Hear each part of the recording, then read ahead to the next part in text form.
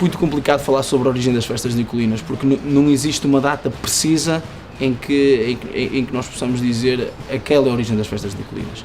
Existe uma data do século XVII, que é a data da construção da Capela da Irmandade de São Nicolau, que é a instituição mais antiga que existe nas Nicolinas a seguir à Comissão de Festas.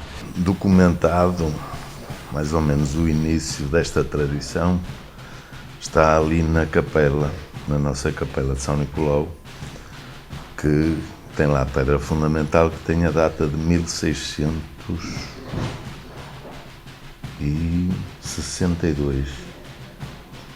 Sabemos que foi feita uma capela a São Nicolau com a recolha de fundos do culto a São Nicolau, ou seja, isto leva-nos a crer que a tradição das festas nicolinas é anterior a essa data. Depois torna-se também bastante complicado falar sobre a origem das festas nicolinas, porque, na minha opinião, as festas nicolinas, o conceito que hoje em dia temos de festas nicolinas, acaba por não ser o conceito original das festas nicolinas, porque as festas nicolinas acabam por ser uma festa de estudantes que se tornou tradicional em toda a Europa devido ao culto a São Nicolau.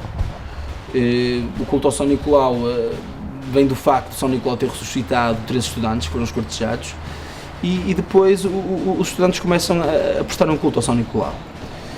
E depois existem também um conjunto de festividades que têm a ver com o solstício de inverno aqui na nossa região, que acabam por ser alojadas às Nicolinas, ou seja, os estudantes, ao mesmo tempo que fazem o seu culto ao São Nicolau, existem outro tipo de festividades nas quais eles participam.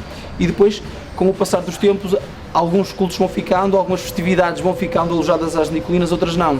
E eu acho que é a partir daí que as Nicolinas vão tomando mais ou menos o corpo que têm hoje. Claro, nesse tempo eram até os coreiros da colegiada que faziam as festas. E esses coreiros estavam muito ligados à religião.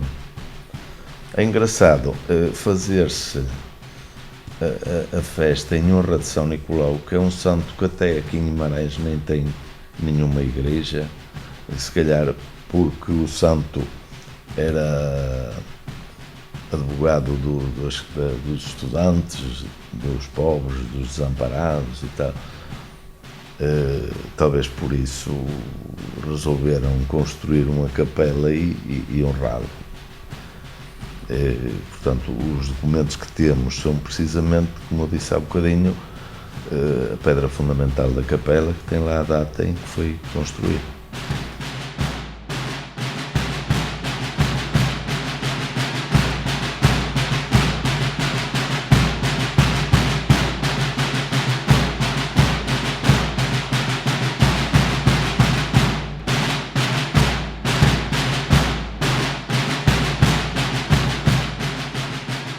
A Comissão de Festas Nicolinas é eleita democraticamente.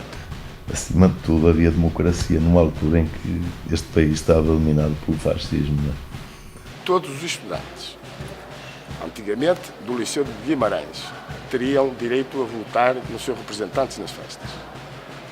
A primeira eleição feita no Jardim do Carmo foi em 1943. Nos últimos anos tem sido sempre feita ali no Jardim do Carmo. E a malta vinha lá na casa de banho lá do Liceu, dia tal, eleição da Comissão das Festas. Pois, os candidatos, por exemplo, para presidente, lá para cima, para as escadas, subiam, depois a malta ia votando. Depois era eleito presidente, vice-presidente, secretário, tesoureiro, depois primeiro e segundo grau da academia, primeiro e segundo grau das festas, chefe e subchefe de bombos.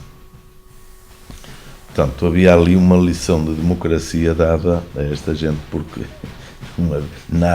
ninguém escolhia nada, estava escolhido, não é? Ali escolhíamos quem queríamos que organizasse as festas. O traje que a Comissão de Festas utiliza é o traje tradicional vimaranense, que basicamente é composto pela capa e batina, como o traje universitário ou traje académico português. tem algum um ponto de diferença, que é a utilização de um gorro, a mitra nicolina, que é o gorro com vermelho com a lista verde. Para estar correto, há uma camisa com uma gravata preta, com um colete, calças, sapatos pretos, meias pretas. Senão não é o traje. É um traje de Guimarães, ou seja, é um traje que está implantado na cidade há vários séculos. É a única cidade do país onde os alunos ou estudantes das escolas secundárias usam o traje. A Seraninhas era uma velhinha que era uma negociante, comerciante, ali naquela ruinha acima da Câmara, portanto, que vai para cima para o Carmo. Está lá uma placa a prestar-lhe homenagem. Ela era casada com um senhor que era empregado no Era Contínuo do Liceu. E acolheu sempre estudantes, ela gostava daquilo, depois como o marido também estava ligado àquilo, os estudantes passavam a vida lá metidos, depois cravavam-lhe também assim uns cigarros, depois lá davam, depois lá pagavam com dinheiro. Portanto, isso foi um bocado, pronto, a estudantada foi-se afeiçoando a ela. Ela de vez em quando, pois até houve muitos estudantes que mais tarde foram professores do liceu, pessoas de quem ela era amiga, que tinha ajudado, e ela própria metia umas cunhas aos professores para, o gajo estava a arrascar a matemática ou a física ou coisa do género, a Seraninhas dava ajuda dela, meter umas cunhitas. Eu lembro-me, para vocês terem uma ideia, por exemplo, os meus pais uma vez andaram à procura do meu irmão, porque ele não chegou a casa numa noite qualquer das festas. E quer dizer, foram descobri-lo com uns copos valentes a dormir nas Seraninhas, portanto, já estão a ver mais ou menos como era aquilo, quer dizer, era uma senhora muito boa, pá, amiga da malta estudante. E depois estava ali muito pertinho do liceu, o pessoal estava lá sempre. Depois lembro-me que lhe fizeram, lembro-me de ler e de ouvir que lhe fizeram uma festa muito grande no Teatro Jordão. Eu acho que foi uma récita, que ela foi levada com toda bem vestida, e com a estudantada toda com ela foi assistir a essa récita que se fez no Teatro Jordão.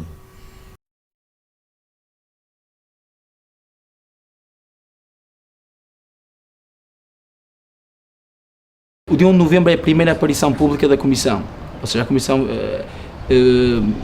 apresenta-se à cidade naquele dia. Reunimos aqui de manhã cedo, nesse dia, a Comissão de Festas, vimos buscar aqui o estandarte da Comissão de Festas e dirigimos-nos diretamente ao cemitério.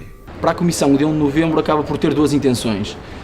Uma delas é, a Comissão vai também em cortejo, neste caso, ao principal cemitério da cidade, que é o cemitério da Autoguia.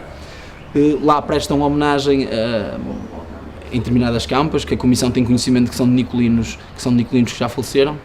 E depois essa homenagem traduz-se numa homenagem a todos os nicolinos falecidos, ou seja, tem esta carga simbólica. Portanto, dirigimos à capela principal, fazemos as nossas orações e depois vamos fazer uma visita e prestar uma homenagem a todos os antigos estudantes já falecidos. E depois isto também por tradição, uma tradição em que é naquele dia que a Comissão faz uma prova de vinho doce, depois de ir ao cemitério. Voltámos também todos juntos e havia uma tradição no meu tempo, que era beber um vinho e comer uns figos e umas rolas no percurso da avenida que vai dar ao cemitério. Havia lá uma tasca ou duas que nos serviam, nos ofereciam uns copos de vinho, umas malas de vinho na altura. As moinas realizam-se sempre nos 4 sábados antes do dia do Pinheiro e basicamente consistem num sítio pré-definido que vai dar uma moina. chamávamos as moinas, que era normalmente ao sábado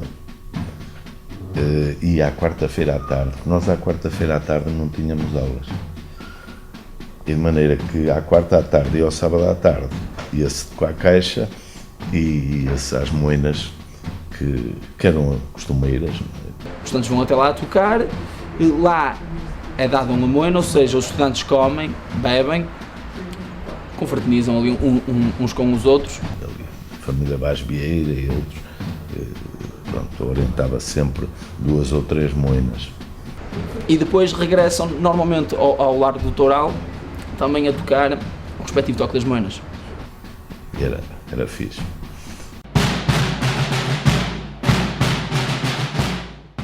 As novenas são o dia religioso das festas. Eu penso que as novenas entram nas Nicolinas um pouco por arrasto, porque as novenas instalam-se por causa do culto à Nossa Senhora da Conceição. Íamos às 6 da manhã lá acima à igreja Nossa Senhora da Conceição, à capelinha. Leva consigo também caixas e bombos e vão a tocar um toque específico, que é o toque das novenas, até à igreja de Nossa Senhora da Conceição. Lá é celebrada uma missa, a comissão depois sai da igreja em cortejo. Depois vinhamos por mercado, era tocado, na altura da elevação era tocado o toque a novenas na capelinha. No mercado municipal faz uma recolha de géneros alimentares que posteriormente vai entregar na Casa dos Povos. Vinhamos pelo mercado, trazíamos uns nabos, uns chouriços, umas coisas que nos davam, levávamos à Casa dos Povos e lá tomávamos o pequeno almoço, que eram os biscoitos, o bagaço, e o bagaço até caía bem, porque normalmente nessas alturas estava muito frio, quando não chovia. É o continuar a cumprir uma tradição que foi instalada nas Nicolinas devido ao culto da Nossa Senhora da Conceição e, ao mesmo tempo, conseguir ajudar aqueles que mais necessitam, porque acho que é uma das coisas que está incutida no espírito nicolino. Pinheiro, que é um mastro anunciador das festas, é talvez dos números mais recentes das festas. Número do século XIX, século XVIII, não sei precisar, e é um número cuja tradição remonta a tradições mais minhotas, tipicamente minhotas, do que propriamente características das Nicolinas. Antigamente, quando começava uma festa qualquer, alusiva a qualquer santo nas freguesias, nas aldeias, erigia-se um pinheiro, um pau. Como um sinal anunciador das festas de quem possa visitar a cidade nessa altura, saber que a cidade está em festa. Segundo rezam as crónicas, e o problema das Nicolinas é a insuficiente documentação daquilo que se diz, e portanto só posso dizer, segundo rezam as crónicas, terá havido um ano em que o regime tentou impedir a realização do Pinheiro, o que contou com uma feroz oposição de todos os antigos nicolinos. Estamos a falar de, digamos, das pessoas importantes da cidade, se quiser, sejam advogados, juízes, médicos, todos os que entretanto tinham uma profissão e que seguiram o ensino superior, tinham andado no Liceu de Guimarães. E então era quase impossível, digamos, opor-se a uma cidade em peso. Ou seja, o que dizem as crónicas é exatamente que os velhos tiveram que se impor para impedir a interrupção do Pinheiro, e que começa aí a tradição do Pinheiro ser também dos velhos nicolinos. Entrava-se na cidade no dia do Pinheiro, à meia da tarde, depois o pessoal ia recolher umas garrafitas por esses tascos e tal, e por volta das 8 da noite entregávamos as caixas aos velhos e os velhos vinham a tocar a caixa à frente do Pinheiro, e os novos não tocavam caixa na noite do Pinheiro.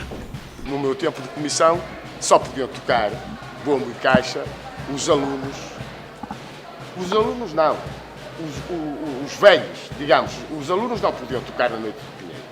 É uma grande transformação, porque hoje toca toda a gente e não toca só estudantes. Quer dizer, a festa foi aberta, digamos, foi-se transformando com a Revolução do 25 de Abril e pronto, toda a gente começou a aderir, toda a gente ia tocar bombo e caixa.